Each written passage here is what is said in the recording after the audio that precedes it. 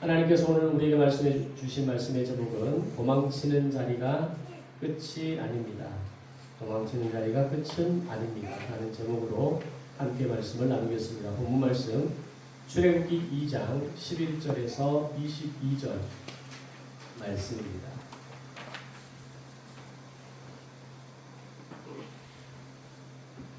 안녕하세요. 안녕하세요. 서한이도 함께 예배하자. 하나님께서 오늘 우리에게 주신 말씀의 제목은 도망치는 자리가 끝은 아닙니다. 라는 제목으로 함께 말씀 나누겠습니다. 본문 말씀 출애굽기 2장 11절에서 22절 말씀까지 함께 봉독하겠습니다. 시작. 모세가 장성한 후에 한 번은 자기 형제들에게 나가서 그들이 고되게 노동하는 것을 보더니 어떤 애굽 사람이 한 히브리 사람 곧 자기 형제를 치는 것을 본지라 좌우를 살펴 사람이 없음을 보고 그 애굽 사람을 쳐 죽여 모래 속에 감추니라. 이튿날 다시 나가니 두 히브리 사람이 서로 싸우는지라 그 잘못한 사람에게 이르되 네가 어찌하여 동포를 치느냐 하며 그가 이르되 누가 너를 우리를 다스리는 자와 재판관으로 삼았느냐 네가 애굽 사람을 죽인 것처럼 나도 죽이려느냐. 모세가 두려워하여 이르되 이 일이 칼로 되었도다. 바로가 이 일을 듣고 모세를 죽이고자 하여 찾는지라. 모세가 바로의 낯을 피하여 미디안 땅에 머물며 한 우물 곁에 앉았더라. 미디안 제사장에게 7 딸이 있었더니 그들이 와서 물을 길어 구유에 채우고 그들의 아버지의 양떼에게 먹이려 하는데 목자들이 와서 그들을 쫓는지라. 모세가 일어나 그들을 도와 그 양떼에게 먹이니라. 그들이 그들의 아버지 르우벨에게 이르기에 아버지가 이르되 너희가 오늘은 어찌하여 이같이 속히 돌아오느냐. 그들이 이르되 한 애굽 사람이 우리를 목자들의 손에서 건져내고 우리를 위하여 물을 길어 양떼에게 먹였나이다. 아버지가 딸들에게 이르되 그 사람이 어디에 있느냐. 너희가 어찌하여 그 사람을 버려두고 왔느냐. 그를 청하여 음식을 대접하라 하였더라. 모세가 그와 동거하기를 기뻐하매 그가 그의 딸 시보라를 모세에게 주었더니 그가 아들을 낳으매 모세가 그의 이름을 게르솜이라 하여 이르되 내가 타국에서 나그네가 되었습니다 하였더라. 아멘. 여러분은 모세라는 이름을 생각하면 모세의 어떤 모습이 가장 먼저 떠오르십니까? 아마도 홍해를 건널 때 바다를 향해 지팡이를 치켜들었던 모습처럼 위풍당당한 지도자의 모습을 아마도 가장 먼저 연상된다 생각합니다. 40년 동안 이스라엘 백성들의 지도자로서 광야를 이끌었던 강한 리더십, 그리고 무엇보다 오늘의 본문의 시기로 볼 때에는 누가 봐도 바로의 후계자다운 왕자의 눈빛을 가진 그런 모습을 떠올리실 겁니다. 우리가 대체로 영화에서 보거나 또는 그림책에서 익힌 모세의 얼굴은 대체로 그렇습니다. 그런데 오늘 본문을 펼쳐놓고 이 본문 속에 나타나는 모세의 모습을 떠올려 보면 사실 그런 얼굴이 전혀 보이지 않습니다. 본문에 나타난 모세는 위풍당당한 지도자 또는 왕자의 모습이라기보다는 외롭고 초라한 모습으로 거기에 도망자의 모습으로까지 보여집니다. 왕자라고 할 만한 모습은 전혀 보이지 않고 그렇다고 해서 히브리 사람으로 부르기에도 어울리지 않는 모습입니다. 분명히 좋은 옷을 입고 있었을 겁니다. 분명 상당한 집안의 사람 같이 보였을 것이기는 한데 차림은 멀쩡하지만 볼품 없어 보이는 마치 텅 비어있는 사람, 오늘 본문의 모세가 바로 그런 사람의 모습처럼 느껴집니다. 자, 그렇다면 우리가 첫 번째 떠올릴 수 있는 질문은 이런 겁니다. 하나님은 왜 모세를 여기까지 오게 하셨고 왜 이런 상황을 모세로 하여금 맡게 하셨는가 라고 하는 겁니다. 무슨 말인가 하면 모세가 태어날 즈음에 바로의 유아 대학살 사건이 일어납니다. 당시 모세 또래의 남자아이는 다 죽었습니다. 그 모든 또래의 아이들이 다 죽음으로 향해 갈 때 그 가운데 유일하게 살아남은 남자아이가 모세였고, 그것도 더 이상 숨길 수 없는 상황에서 갈대 바구니에 띄워서 나일강에 보내질 때 아마 모세의 부모들, 모세의 누이와 형들은 아마 죽은 목숨이라고 생각했을 겁니다. 근데 느닷없이 갈대 바구니가 바로의 공주가 목욕하는 곳으로 흘러가고, 공주는 그 아이가 히브리 아이라는 것을 알고 있음에도 거두었고, 또 그 상황에 모세의 누나 미리암이 기가 막힌 타이밍에 들어가서 모세의 진짜 엄마가 모세에게 젖을 먹이고 그가 자라나는 데 있어서 육아를 담당하는 일까지 가능하게 되는 이 모든 일들이 기적처럼 이루어졌다는 겁니다. 여기에서 어느 하나도 우연이라고 말할 수 있는 것은 단 하나도 없습니다. 모든 것이 마치 정확하게 짜여진 각본처럼, 완벽하게 연출되어진 드라마처럼 그렇게 펼쳐져 있었다는 겁니다. 그렇다면 그런 기가 막힌 드라마를 통해서 여기까지 오게 된 모세가 드디어 짠 하고 이브리 백성들 앞에 전면으로 나서는 상황이 오늘 본문이라는 겁니다. 자, 그러면 이런 전의 히스토리와 그리고 오늘 본문의 어떤 사건의 발단으로 본다면 사실은 오늘 이 시점에 드디어 모세가 자기의 정체를 드러내고 자기 백성을 구원하고 자기 백성을 향한 하나님의 뜻을 이룬다? 이거보다 더 멋진 스토리가 어디 있겠습니까? 아마 그렇게 성경이 쓰여졌다면 성경은 또 다르게 우리에게 다가올 것이고 해석되어지게 될 것입니다. 그런데 그런 모습은 전혀 나타나지 않습니다. 오히려 초라하고 볼품없고 오히려 모함당하고 고발당하는 그런 비슷한 모습들이 오늘 본문 가운데 펼쳐지고 있다는 겁니다. 그리고 또 한 가지 드는 의문은 이렇게 모세가 가장 완벽한 환경을 가지고 있을 때 왜 하나님은 모세를 사용하지 않으셨는가라는 겁니다. 우리 인간의 생각으로 보면 이보다 더 좋은 때가 어디 있습니까? 이보다 더 모세가 이제는 내가 히브리 사람이다 라고 드라마틱하게 선언하면서 만약에 그 역사 가운데 등장한다면 하나님 보시기에도, 하나님을 바라보는 이스라엘 백성들의 눈에서 보기에도 굉장히 멋있는 하나님으로 나타나지 않겠는가라고 하는 겁니다. 아마 모세도 그런 생각으로 자신이 가진 힘을 이때다라고 생각하고 사용했을 거라고 저는 생각합니다. 하나님이 분명 뜻이 있으셔서 나를 여기까지 오게 하셨다라는 것을 모세는 인지했을 겁니다. 왜냐하면 그의 어머니를 통해서 너는 보통 아이가 아니다. 하나님이 너를 살리셨다. 모든 네 또래 아이들이 다 죽어갈 때 하나님이 너를 살리셨다는 것은 너를 통해 반드시 뭔가를 하실 거다라고 하는 이 수많은 이야기들을 들으면서 살아왔을 겁니다.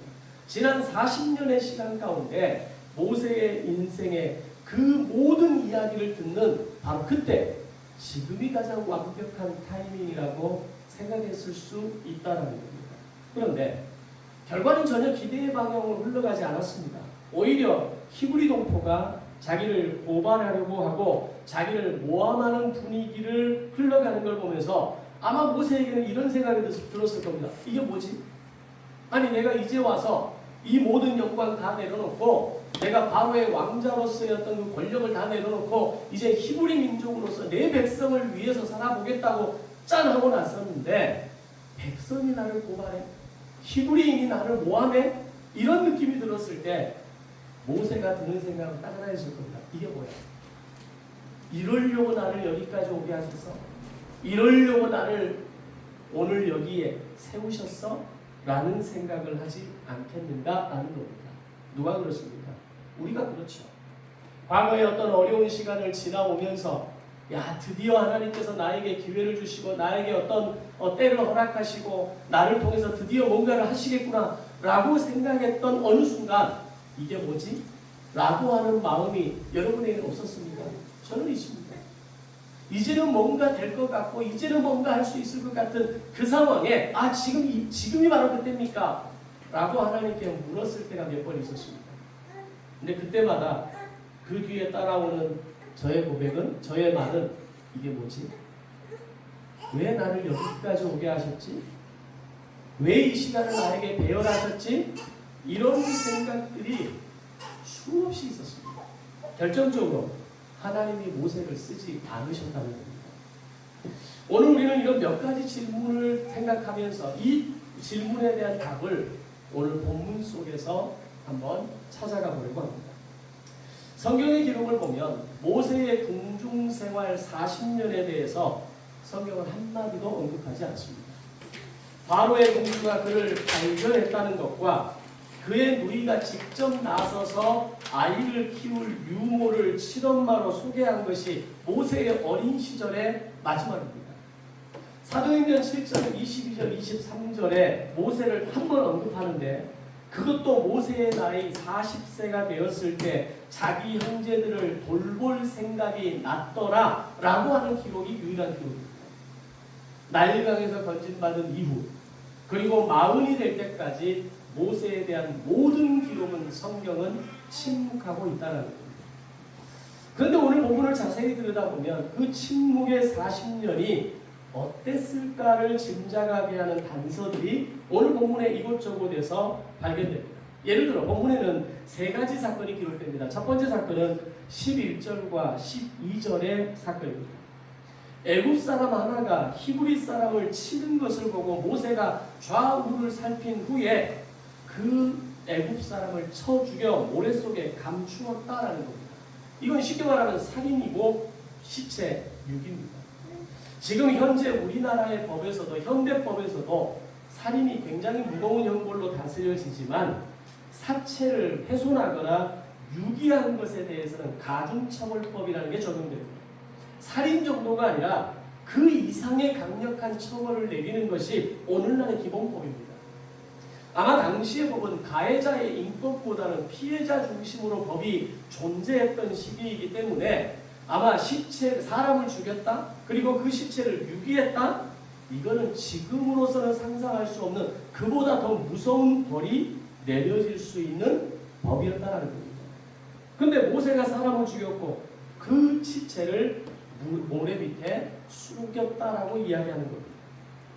두 번째 사건은 그 다음날 일어납니다. 모세는 다시 어제의 그 자리를 찾아갑니다. 아마도 자신이 묻은 시신이 그대로 잘 있는지 사람들이 아직 발견하지 않았는지를 확인하고 싶었을 겁니다.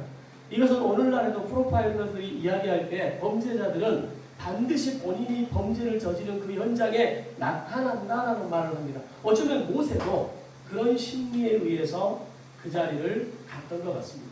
그런데 오늘 본문은 두 번째 사건을 또 이렇게 얘기합니다. 히브리 사람 두 사람이 서로 싸우고 있더라는 겁니다. 한 사람이 일방적으로 같은 동족을 때리고 있었습니다. 어제 애굽 사람의 손에서 자기 동족을 건져낸 모세가 오늘은 동족의 손에서 동족을 건지려고 나서게 됩니다. 그러면서 한 말이 네가 어찌하여 동포를 치느냐? 네가 애굽 사람, 네가 어찌하여 동포를 치느냐? 그렇게 했을 때 그때 돌아온 답이 뭐냐면 누가 너를 우리를 다스리는 자와 재판관으로 삼았느냐? 네가 애굽 사람을 죽인 것처럼 나도 죽이려느냐? 이 말을 한 문장으로 주면 이렇습니다. 네가 뭔데? 네가 뭔데라는 이 한마디, 이 의미를 담은 말이 모세에게 들려졌을 때 모세는 지금까지 그가 살아오면서 받았던 수많은 멸시보다 아마 이 한마디가 훨씬 더 깊이 자신의 피부를, 자신의 마음을 뚫고 들어오는 고통을 주는 말 한마디였을 거라고 생각합니다. 왜냐하면 지금까지 바로의 붕 안에서 살아오면서 아마 수많은 멸시의 눈을 경험하며 살았을 겁니다. 왜? 어떤 친자가 아니잖아요. 정통 자식이 아니고 누가 봐도 모세는 바로의 친자가 아니라는 걸 공공연한 비밀로 알았을 겁니다. 그런 상황 속에서 그 주변의 사람들이 왕자님이라고 부르기는 하지만 모세의 말이 씨라도 먹혔겠습니다. 앞에서는 예라고 하지만 아마 모세의 옆에는 아무도 없었을 겁니다. 그런 분위기에서 자란 모세의 성장 과정에서 배척의 눈빛들에 굉장히 민감했을 거고 사람들이 자기를 어떻게 바라보는가에 대한 어떤 이런 시선들에 굉장히 익숙해져 있었을 거라는 겁니다. 그런 상황에서도 모세는 버텼는데 오늘은 달랐습니다. 자신이 히브리인이고 이제 내가 동포를 위해서 뭔가를 해보겠다라고 생각했는데 그 동포가 나를 향해서 네가 뭔데? 라는 말을 할 때 지금까지 내 마음 가운데 나는 히브리인이다. 나는 하나님의 거룩한 백성이다. 나는 이 동포들을 위해서 하나님의 때에 나를 사용하시기 위해서 오늘 여기까지 오게 하셨을 것이다 라고 하는 이 수많은 정체성을 가지고 살아왔는데 자신을 향한 이 동포의 말이 자신이 지금까지 붙잡고 있었던 이 모든 정체성을 한순간에 무너뜨려버리는 말이었을 거라는 겁니다. 마치 이런 겁니다. 우리가 모르는 사람에게 받은 어떤 수치 또는 어떤 그 욕 한마디 또는 어떤 모멸감 이건 그냥 기분 나쁨으로 넘어갑니다. 오늘 진짜 재수 없었다 내지는 야 오늘 진짜 기분 별로다. 내가 왜 저런 사람한테 이런 얘기를 들어야 되지? 라고 그냥 넘어갑니다. 그런데 내가 진짜 중요하게 생각하게 여기는 사람에게 받는 무시는 지울 수 없는 상처가 되는 겁니다. 부부간의 관계가 어려워지고 힘이 들어지는 이유 중에 하나가 바로 이런 겁니다. 나한테 이 사람이 이런 말을 해? 나를 이렇게 대?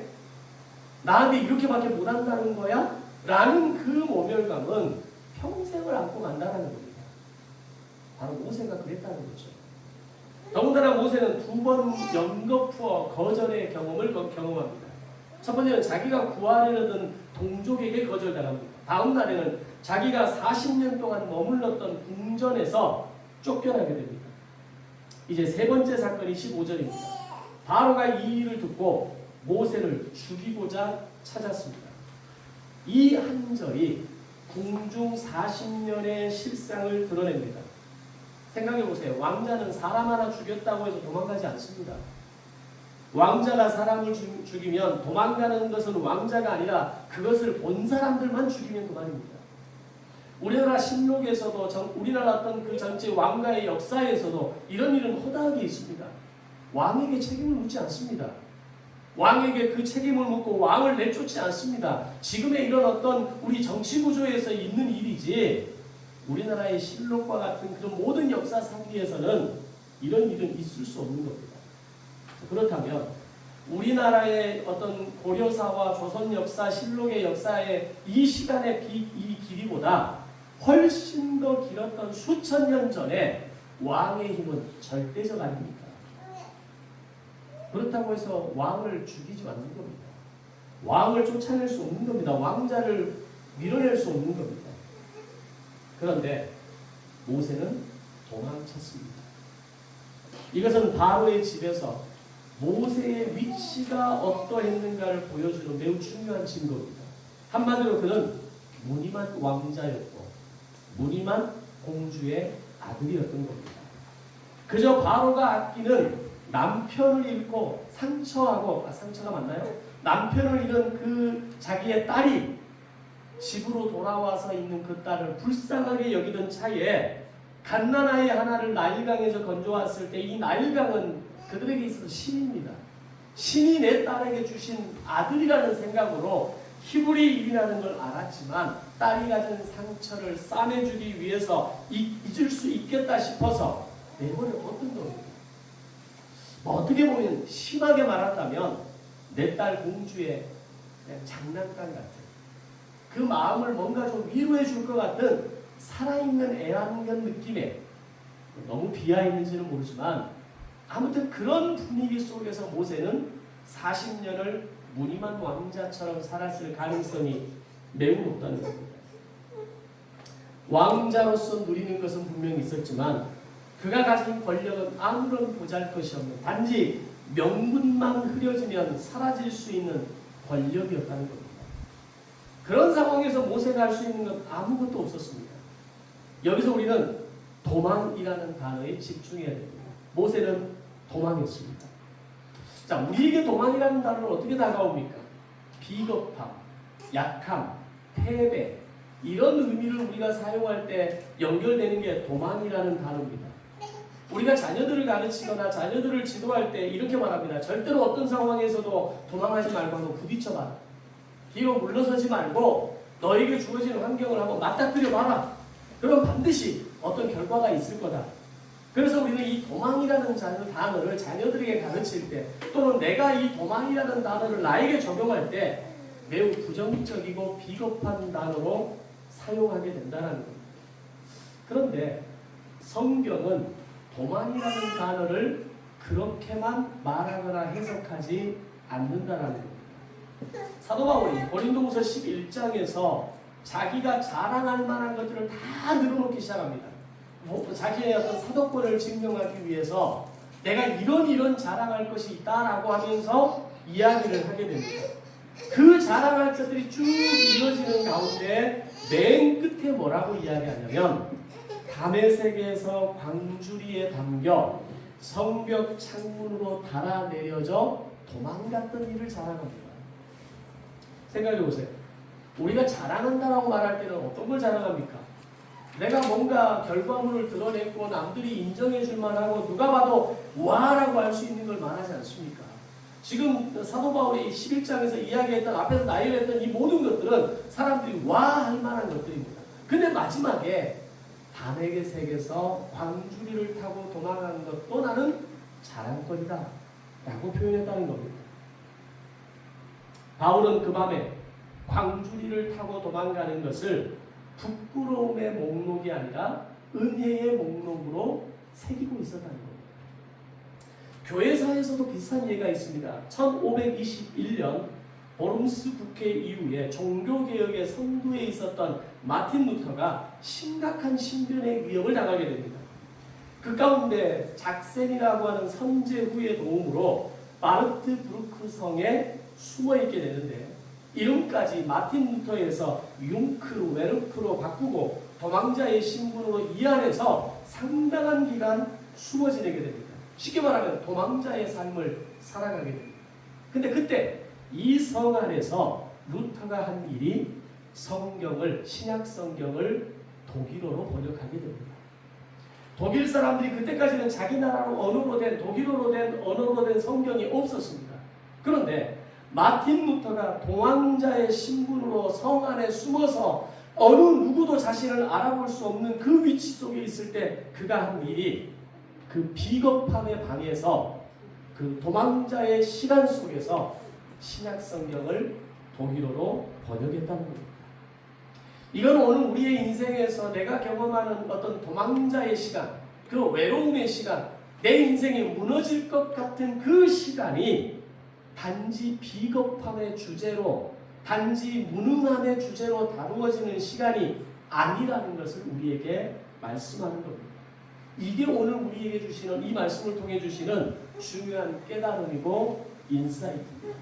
마치 내가 도망자처럼, 마치 내가 무능한 사람처럼, 마치 내가 아무것도 할 수 없는 사람인 것처럼 이곳에 있는 것 같지만 오히려 이것은 하나님이 마틴 루터를 통해 신약 성경을 번역하게 하시고 사도 바울이 다메섹에서 광주리를 타고 내려가서 뒷구멍으로 도망가는 모습이 결코 수치와 모멸이 아니라 그건 하나님이 보실 때 또 다른 자랑거리가 될 수 있는 은혜의 사건이었다라는 겁니다.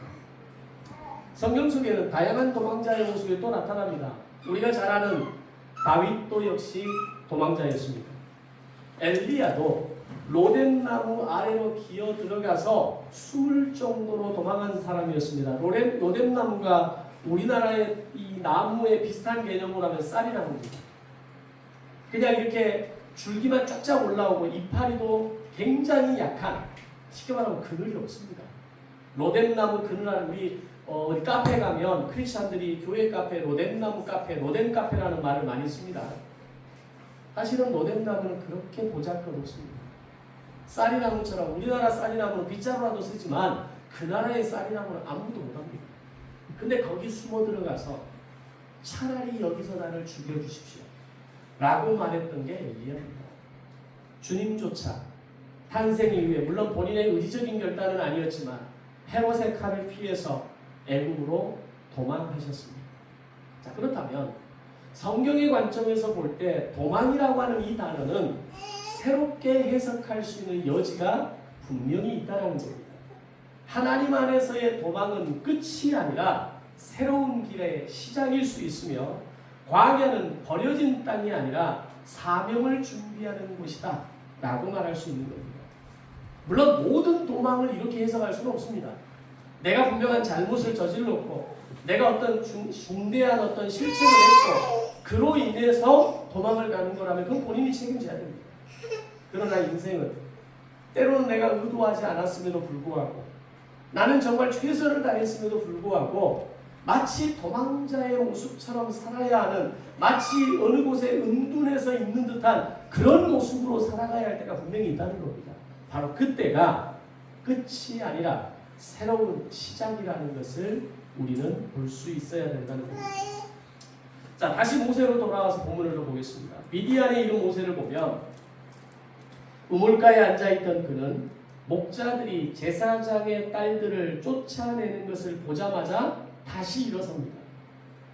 그가 애굽에서도 똑같이 이런 행동을 했죠. 불과 얼마 시간차가 나지 않습니다. 불의를 보면 참지 못하고 약자를 보면 나서고 생각에 그치지 않고 몸이 먼저 움직이는 것. 이게 모세가 가지고 있는 기질이었습니다. 심지어 그는 그 여인들을 구출해 주는데 구해 주는 데서 그치지 않고 그 여인들이 데리고 온 양떼가 물을 다 먹을 때까지 곁을 지켜주었다라고 이야기합니다. 도망을 쳐서 나라를 건너왔음에도 불구하고 그가 가진 기질은 그대로 남아 있었던 겁니다. 그리고 그렇게 맺어진 인연으로 이드로의 딸 십보라와 결혼해서 아들을 낳고 그 이름을 게르솜이라고 합니다. 그 뜻은 내가 타국에서 나그네가 되었다. 이게 모세가 지금 어떤 마음, 정신 상태에 있는가를 그대로 보여주는 말입니다. 겉으로는 안정된 가정을 이루었지만 속으로는 여전히 어디에도 안속하지 못한 나그네였던 겁니다. 애굽의 화려한 궁중에서도 모세는 나그네였고 가정을 이룬 지금도 모세는 나그네입니다. 그 나그네의 외로운 생활이 80년이었다는 겁니다.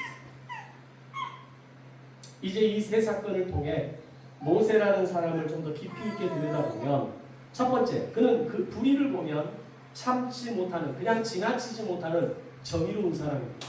두 번째, 그는 약하고 소외된 자를 보면 마음이 움직이는 대로, 연민이 가득한 대로 그걸 행동으로 옮기는 사람입니다. 세 번째, 그는 생각에서 멈추지 않고 행동하는 양심을 가진 사람입니다. 이 세 가지를 들으면서 여러분은 뭐라고 또 어떤 게 떠오르십니까?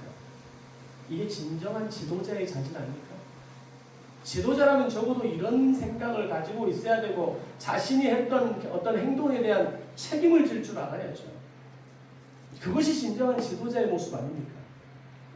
그런데 놀랍게도 이 세 가지를 모두 갖춘 모세를 하나님이 처음부터 사용하지 않았다는 겁니다. 왜 그러셨을까요? 이유는 분명합니다. 뜨거운 불에 담겨지지 않은 금은 정금이 될 수 없고 뜨거운 불에 들어갔다 나왔다를 반복하지 않은 철은 절대로 강철이 될 수 없기 때문입니다. 즉 하나님의 손을 거치지 않은 정의는 가장 세련된 죄가 될 수 있기 때문이라는 겁니다. 이 말은 좀 어렵게 느껴질 수 있습니다. 주님의 제자들을 보면 누가복음 9장에서 사마리아 마을 사람들이 예수님을 받아들이지 않자 야고보와 요한이 뭐라고 얘기하냐면 주여 우리가 하늘에서 불을 내려서 저들로부터 다 태워 죽이면 되겠습니까? 쉽게 말하면 이런 말을 합니다. 얼마나 무서운 말입니까? 예수님의 제자라고 말하는 이들이 예수님의 손에서 충분히 다듬어지지 않았을 때 그들의 입에서 나오는 말은 독설이었습니다. 물론 굉장히 의문이죠. 과연 어떻게 감히 우리 선생님을 그렇게 대할 수 있어? 라고 말하는 의문이고 그런 어떤 의로운 분노지만 오히려 주님은 제자들을 향해서 꾸짖으시고 나무라십니다. 왜 그러셨을까요? 하나님의 손에 길들여지지 않은 분노의 감정은 비록 그것이 예수님을 지키려고 하는 의문이었다 할지라도 결코 있을 수는 없는 일이기 때문입니다. 오늘 우리가 이 땅을 살아가는 많은 사람들이 서로 잘난 걸 다 가지고 있습니다. 자기만의 장점을 가지고 있고 강점을 가지고 있고 내가 잘할 수 있는 그 뭔가를 하나씩 이상은 가지고 있습니다. 그런데 그게 하나님의 손에 들려지지 않고 하나님의 손에 길들여지지 않는 그 재능은 오히려 재앙일 수 있는 거예요. 오히려 나를 무너뜨릴 수 있는 거예요. 오히려 나를 여전히 힘들고 외로운 인생을 살아가게 하는 또 다른 나의 스스로가 가지고 있는 무기가 될 수도 있는 겁니다. 모세가 그랬습니다. 그가 가진 리더십과 좋은 기질이 충분히 괜찮은 사람이었고 충분히 이스라엘 백성들을 애굽에서 건져낼 만한 그런 능력을 가진 사람이었지만 그는 한 사람을 죽였고 시체를 유기했고 동족에게 고발당했고 도망자가 되었습니다. 하나님의 손에 다듬어지지 않은 정의는 결국 자기를 위한 명분이고 다른 사람에게는 상처가 되는 겁니다. 내가 가진 장점이 다듬어지지 않을 때, 내가 가진 탁월함이 다듬어지지 않을 때 그것은 다른 사람을 힘들게 하는 수단이 될 수 있다는 겁니다. 그래서 하나님이 사용하신 방법이 뭡니까? 모세를 광야로 데려가신 겁니다. 그리고 40년 동안 철저하게 그를 다듬어 가십니다. 아마 모세에게는 아무것도 보이지 않는 광야의 40년이었을 겁니다. 아무도 알아주지 않는 40년, 사방을 둘러봐도 양떼 먼지 말고는 자기를 알아줄 만한 게 아무도 없는 상황, 그게 40년이었을 겁니다. 그 40년 동안 하나님은 그를 깎으시고 꺾으시고 다듬으시고 그리고 출애굽기 3장에서 마침내 모세를 부르십니다. 왜 부르셨을까요? 충분히 다듬어지고 깎이고 꺾였기 때문입니다. 만약에 그 깎임의 시간이 없었다면 아무리 탁월한 모세라 할지라도 그는 그렇게 광야에서 그의 수명을 다하고 사라졌을 겁니다. 이것을 바꿔서 말하면 아무리 하나님이 우리를 광야로 인도하시고 그 광야를 통해서 우리를 깎고 다듬고 준비시키려고 하지만 우리가 그 시간을 감당하지 못하거나 그 시간 속에서도 감당하지 못하고 다듬어지지 못하고 올라오는 것은 분노와 억울함과 내 안에 부정적인 생각으로 가득한다면 그 사람은 인생의 광야 속에 갇혀 살아갈 수밖에 없는 존재가 된다는 겁니다. 그렇게 살아가는 사람이 허다합니다. 부모 탓, 자식 탓, 친구 탓, 내 주변 사람 탓 하면서 인생을 그렇게 억울하게 마감하는 사람이 얼마나 많나요? 한마디로 광야에서 끝나는 인생이 되는 겁니다. 저와 여러분은 그런 실수를 범하고 있지 않습니까? 하나님이 지금 나를 광야로 몰아가고 계셨다면 내가 지금 처해 있는 나의 광야, 내가 지금 도망자로 가 있는 어떤 영역이 있다면 그 속에서 지금 여러분은 어떻게 그 시간을 버티고 계십니까? 억울함만 올라옵니까? 분노만 올라옵니까? 왜 나만 이래? 라고 생각하십니까?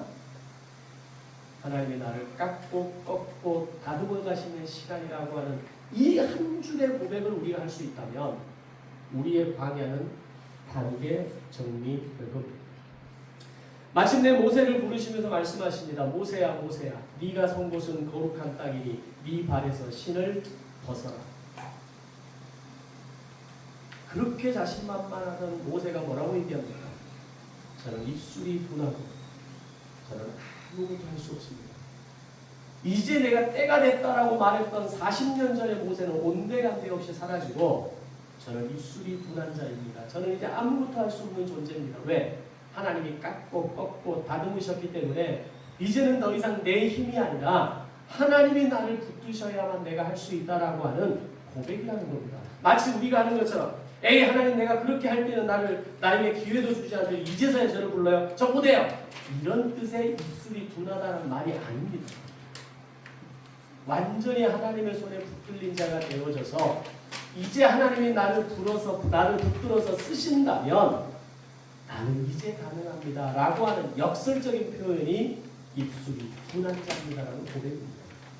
여기서 우리는 놀라운 대조를 발견합니다. 40년 전의 모세는 자기 손으로 한 사람을 건지려다가 살인자가 됩니다. 40년 후의 모세는 하나님의 손에 붙들려 민족을 건져내는 자가 되어집니다. 내 손으로 하느냐 하나님의 손에 붙들리느냐 이게 인생을 완전히 다르게 만들어낸 겁니다. 사람 같은 사람입니다. 기질도 역시 여전히 같습니다. 달라진 것은 그 기질이 그 사람이 누구의 손에 들려 있느냐라고 하는 것뿐입니다. 오늘 내가 누구의 손에 들려 있느냐 내가 누구의 손을 붙잡고 가느냐가 오늘 내 인생을 결정할 수 있다는 믿음을 고백하시기를 주님의 이름으로 축원합니다. 오늘 내 자녀가 인생을 살아가면서 내 힘으로 사는 것이 아니라 오늘 하나님이 나를 붙드시고 내가 하나님의 손을 붙잡을 때에 하나님이 나를 살아가게 하신다는 고백을 내 자녀의 입술에서 끊임없이 할 수 있도록 그들에게 앉으나 서나 누우나 가르칠 수 있어야 한다는 겁니다. 어쩌면 그게 바로의 왕궁에서 40년을 살아가는 동안 어린 시절에 육아를 담당했던 어머니 요게벳으로부터 들었던 가르침의 결과 아니었을까요? 그런 가르침이 모세에게 만약에 없었다면 모세는 그냥 성공한 히브리입니다. 거기서 한 사람을 자기 동포를 구하려고 나올 필요도 없는 거고 좀 눈치 보다가 절대 권력자 이렇게 딱 달라붙어가지고 그 권력을 자기가 이용하면 되는 겁니다. 그런데 어린 시절에 어머니가 들려줬던 그 이야기, 그 가르침이 오늘 내가 누구의 손에 붙들려 있어야 하느냐, 이 마지막 이것만큼은 그가 놓지 않고 있었던 것 같습니다. 인생 내 힘으로 사는 것 아니고 내 통장으로 사는 것 아니라는 걸 우리는 빨리 깨달아야 됩니다. 나를 사랑하는 사람들이 늘 동일한 모습으로 내 옆에 있을 거라는 거 착각입니다. 언젠가 그들은 다 떠납니다. 아니, 살아있음에도 불구하고 언젠가 내 마음을 서운하게 하고 언젠가는 내 곁에서 약간의 거리를 두고 저만큼 떨어져 있는 사람으로 서 있을 수 있는 충분한 가능성이 있는 게 인간입니다. 가족도 마찬가지입니다. 가족이 영원할 것 같습니까? 부부가 영원할 것 같습니까? 인간은 그렇게 미약한 존재입니다. 중요한 건 내가 누구를 붙들고 살아가느냐, 누가 나를 붙잡고 살아가느냐. 주님이 우리 부부를 붙잡을 때, 주님이 우리 가정을 붙잡을 때 내 가정과 우리 부부와 내 자녀가 온전할 수 있다는 믿음이 우리의 살아있는 고백이어야 하는 겁니다. 아멘. 에베소서 2장 10절은 우리를 가르쳐 하나님이 만드신 바라고 이야기합니다. 이 만드신 바라는 말은 헬라어로 포이에마, 작품이라는 뜻입니다. 미켈란젤로가 다비드상을 만들기 위해서 대리석 앞에 앉아서 오랫동안 서서 지켜봤다는 이야기가 잘 알려져 있습니다. 그리고 그것을 다 다듬어서 깎아내서 다비드상을 만들었죠. 사람들이 그에게 질문합니다. 아니, 어떻게 이 멋진 다비드상을 당신이 만들 수 있었습니까? 라고 할 때 미켈란젤로가 뭐라고 얘기합니까? 저는 필요한 뭔가를 더 했던 게 아니라 단지 이 대리석 안에 있었던 이 다비드상을 찾아내기 위해 불필요한 것, 그 무언가를 덜어냈을 뿐입니다. 하나님의 손도 그렇습니다. 우리가 광야 속에 있을 때, 도망자처럼 살아갈 때, 외로움 가운데 있을 때 그 시간은 우리에게 무엇을 더해주시는 시간이 아니라 우리에게 뭔가를 덜어내시는 시간이라는 것을 알아야 됩니다. 깎이는 그 시간이 때로는 아픕니다. 깎여지는 그 시간이 때로는 외롭습니다. 그 다듬어지는 시간이 나에게 왜 나만, 왜 나에게만 이런 말이 올라올 수 있는 충분한 가능성이 있습니다. 그러나 그때가 가장 정밀하게, 가장 견고하게 다듬어지는 시간이라는 것을 우리는 깨달아야 됩니다. 성도 여러분, 세 가지 도전을 다짐하며 말씀을 마무리합니다. 첫 번째, 지금 여러분이 도망하고 있는 자리가 있다면 그 자리를 정죄하지 말고 하나님의 이름을 정직하게 부르면서 기도하는 시간이 되시기를 바랍니다. 성경은 살려고 도망하는 것을 부끄러운 것이라고 정죄하지 않습니다. 다만 도망친 그 광야에서 하나님을 만나지 못하는 것을 부끄러운 것이라고 이야기합니다. 이번 한 주간 도피하고 있는 그 자리를 놓고 왜 나에게만, 왜 나만, 왜 이런 시간이 나를 괴롭게 하느냐라고 불평하는 게 아니라 이곳이 나의 준비실입니다. 이곳이 나를 깎고 꺾고 다듬어 가시는 장소구나 라는 고백을 드리실 수 있는 성숙함이 여러분에게 있기를 원합니다. 두 번째 도전은 여러분이 가진 가장 좋은 것을 하나님의 손에 올려드리시기 바랍니다. 그것이 내 손에 들려 있으면 한 사람, 한 가정을 살릴 수 있을지는 모르지만 하나님의 손에 들려지는 순간 공동체가 살고 민족이 사는 결과가 되는 겁니다. 세 번째 도전은 지금 지나가는 시간을 버린 시간으로 계산하지 마십시오. 왜 저는 이렇습니까? 왜 나에게만 이렇습니까? 라는 질문이 아니라 저를 뭘로 만드시려고 이렇게 깎고 다듬으십니까? 라는 질문으로 바꾸시기 바랍니다. 우리의 질문이 바뀌면 광야가 달라집니다. 애굽에서 실패하고 미디안으로 도망친 모세를 다른 사람들은 모두 그를 잊어버렸겠지만 하나님은 한순간도 그를 잊어버리지 않으셨습니다. 그가 자기를 쓸모없다고 여겼던 그 40년 동안 하나님은 매일같이 그를 빚고 다듬고 세워가시고 계셨습니다. 우리가 지금 지나가는 광야도 그렇습니다. 우리가 지금 걷는 이 광야길 위에서 우리는 다듬어지고 있는 하나님의 만드신 바 작품이라는 것이 오늘 저와 여러분에게 주시는 하나님의 위로가 되시기를 바랍니다. 우리의 필요 없는 부분, 우리의 모난 부분을 다 걷어내시고 마침내 작품으로 하나님의 필요한 자리에 저와 여러분을 세우시기를 주님의 이름으로 축원합니다. 아멘. 함께 우리 말씀을 생각하면서 기도하겠습니다.